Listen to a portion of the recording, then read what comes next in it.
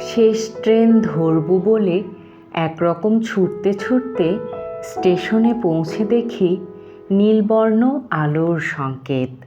হতাশার মতন হঠাৎ দারুণ হুইসেল দিয়ে গাড়ি ছেড়ে দিয়েছে। যাদের সাথে শহরে যাবার কথা ছিল তাদের উৎকণ্ঠিত মুখ জানালায় উবুর হয়ে আমাকে দেখছে, হাত নেড়ে সান্ত্বনা দিচ্ছে। আসার সময় আব্বা তাড়া দিয়েছিলেন, গোছাতে গোছাতেই তোর সময় বয়ে যাবে, তুই আবার গাড়ি পাবি। আম্মা বলেছিলেন, আজ রাত না হয় বই নিয়েই বসে থাক, কত রাত তো অমনি থাকিস। আমার ঘুম পেল। এক নিঃস্বপ্ন নিদ্রায় আমি নিহত হয়ে থাকলাম। অথচ জাহানারা কোনো দিন ট্রেন ফেল করে না।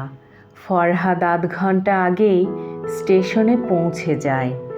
লাইলি মালপত্র তুলে দিয়ে আগেই চাকরকে টিকিট কিনতে পাঠায়।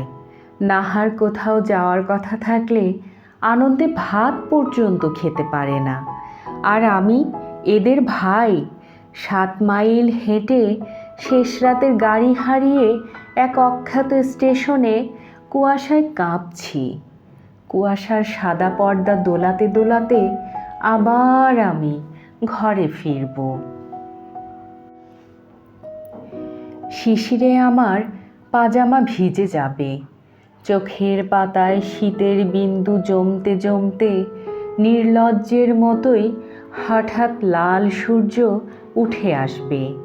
পরাজিতের মতো আমার মুখের উপর রোদ নামলে সামনে দেখব পরিচিত নদী, ছড়ানো ছিটানো ঘরবাড়ি, গ্রাম, জলার দিকে বকের ঝাঁক উড়ে যাচ্ছে। তারপর দারুণ ভয়ের মতো ভেসে উঠবে আমাদের আটচালা কলার ছোট বাগান। দীর্ঘ পাতাগুলো না না করে কাঁপছে।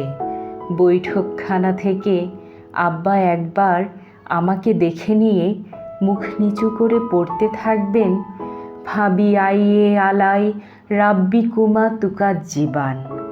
বাসি বাসন হাতে আম্মা আমাকে দেখে হেসে ফেলবেন। ভালোই হলো তোর ফিরে আসা, তুই না থাকলে ঘরবাড়ি একেবারে কেমন শূন্য হয়ে যায়।